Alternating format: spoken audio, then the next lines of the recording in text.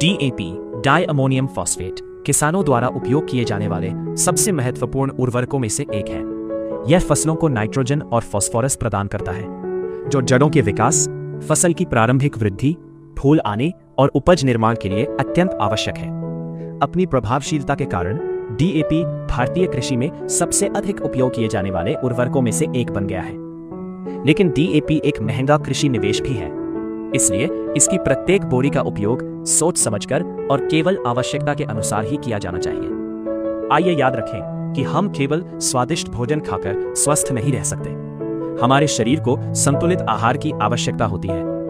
उसी प्रकार यदि हम बार बार केवल डीएपी का ही प्रयोग करते रहें तो मिट्टी लंबे समय तक उत्पादक नहीं रह सकती। मिट्टी को भी विभिन्न स्रोतों से संतुलित पोषण की आवश्यकता होती है।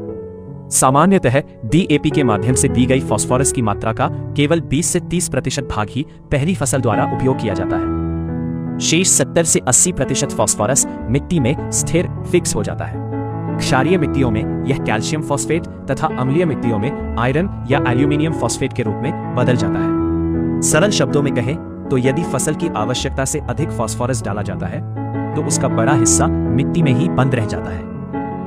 यदि किसान मृदा परीक्षण की सिफारिशों का पालन करें और मिट्टी में पहले से उपलब्ध फास्फोरस का उपयोग करें तो वे बिना उपज पर कोई प्रतिकूल प्रभाव डाले प्रति मौसम 2000 रुपए से 3000 रुपए तक की बचत कर सकते हैं। केवल डीएपी के भरोसे मिट्टी की उत्पादकता को वर्ष दर वर्ष बनाए नहीं रखा जा सकता।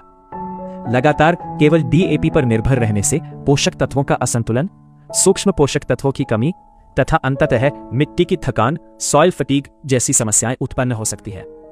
इसका समाधान है एकीकृत पोषक तत्व प्रबंधन, इंटीग्रेटेड न्यूट्रिएंट मैनेजमेंट, जहां उपयुक्त हो किसानों को सिंगल सुपर फॉस्फेट एसएसपी तथा ट्रिपल सुपर फॉस्फेट टीएसपी जैसे विकल्पों पर भी विचार करना चाहिए।